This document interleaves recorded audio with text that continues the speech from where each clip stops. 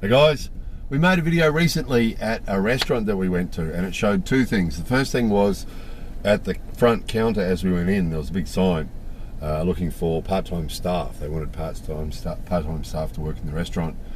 The second thing was when we got to the table, this restaurant that we'd been to before had a new system where you had to use your smartphone to order instead of the staff taking your order. So it was, the point of the video was lack of staff in Japan sort of thing, and also the automation of lots of things in Japan. So it was only a short video, it wasn't really interesting. However, it triggered a few questions and a couple of messages from a couple of patrons and a couple of comments on the video.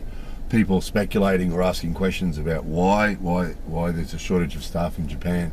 So there's a number of reasons for it. The first one is the aging population.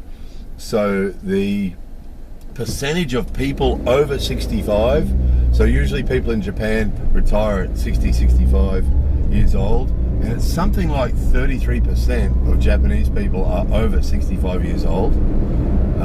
The other thing is that a lot of people aren't having kids. So there's not as many young people coming through. So what's happening is it's an aging population and a negative population growth. So a while ago we had 127.5 million people, and now I think we've got 126 million people. So the population's actually shrinking because not enough kids, and the older people obviously aging and moving on. So that's the first problem: shrinking population and aging population.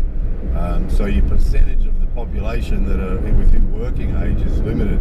And then what further limits that is, in a lot of countries, it's very common for teenagers to have part-time jobs at places like restaurants or convenience stores or supermarkets or places like that. However, in Japan, it's not. In Japan, usually high school kids don't have part-time jobs. Occasionally they do.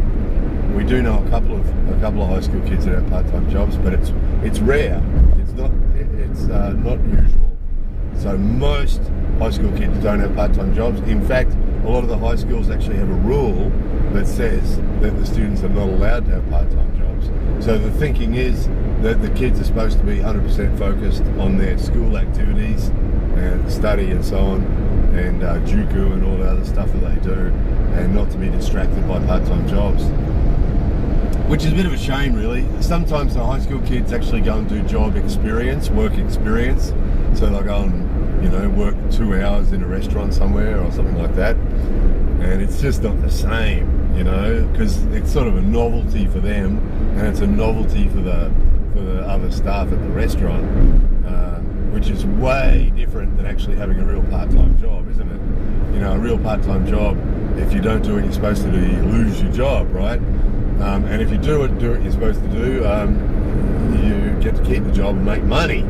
So it's not very realistic. So you haven't got that percentage too. So usually high school kids are at high school until they're 18 years old. So that means that the under 18s are not doing part-time jobs usually.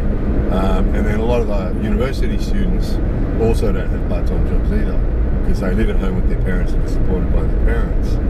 So when you take the under 20s, high percentage of the under 20s out of the workforce, and then you've got 33% of the population's over 65, so take most of them. I mean, there are a lot of people over 65 here that continue to work, but theoretically they should be retired.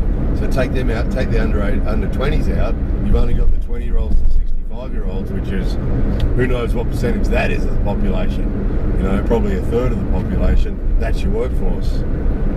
So as a result of that, unemployment in Japan, the unemployment rate in Japan is always low. It's always 1 or 2%. And the percentage of people in Japan who want work, who can't get work, would be very rare.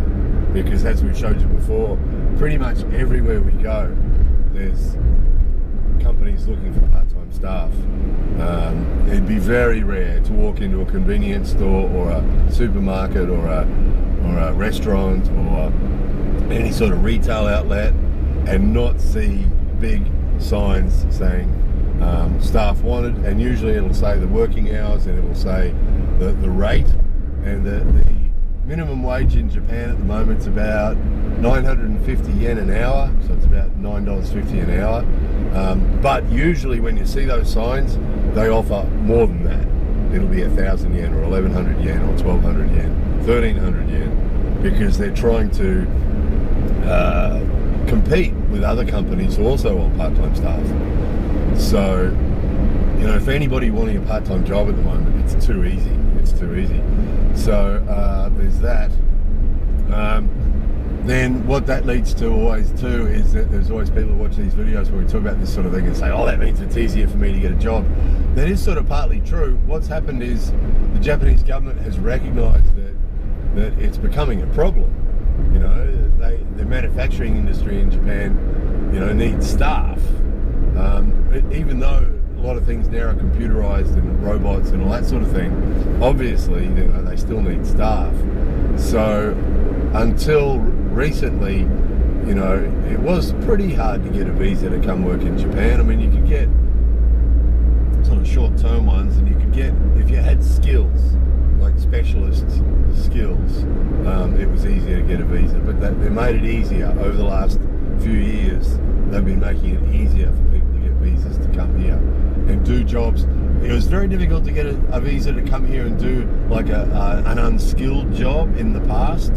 The Japanese government's thinking was that you had to bring some benefit to Japan or you weren't allowed in, basically. So you had to bring some special skills that to do some job that couldn't be done by a Japanese person. That was the Japanese government's thinking.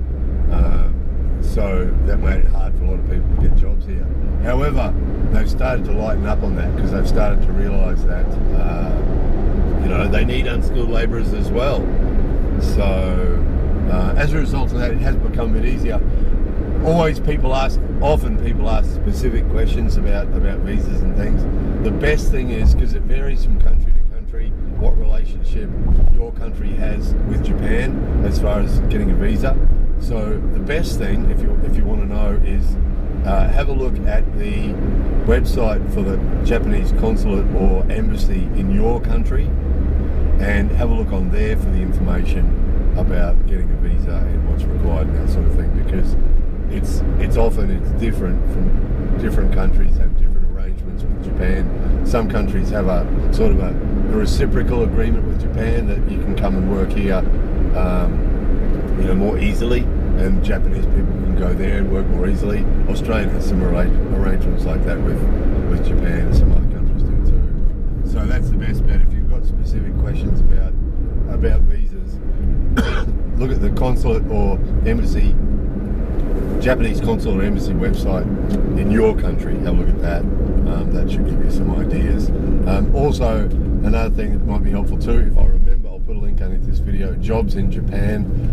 Anybody that ever asks us specifically about jobs in Japan, Jobs in Japan is the website, and that's the website we recommend for jobs. So you can look on there and see if there's any jobs that you might be able to get a visa to come and do. Some companies will actually sponsor people to come and work and help them get their visa. Some companies won't. They usually tell you whether they will or not. They'll say on their job ad whether they're prepared to help you get a visa or not. Some expect you to be here already and already have a visa. So that's that. So yeah, so the discussion was why is there a job shortage, or why is there a shortage of people to do jobs in Japan? Well, that's the deal, which makes the whole thing. We've showed to the automation, you know, the robots.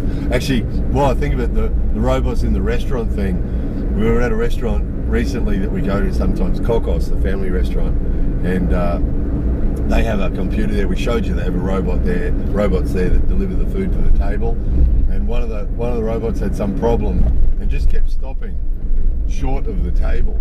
And so the customers had to get up and go over to the table and get it. So it was disorientated somehow. But the robot and the automation and the self-checkout thing and all that sort of stuff that we're seeing here, in some countries people say that's not a good thing because it leads to unemployment and they don't like it and don't think it's good. However, in Japan it's a little bit of a different situation. It's just because there's not a lot as far as not a lot of unemployment. People who want jobs can get them. Really, the automation of these things and the robots and the self checkouts and everything else, they're not really taking jobs from anybody. They're just helping the companies to fill the spaces because there's not enough staff, basically.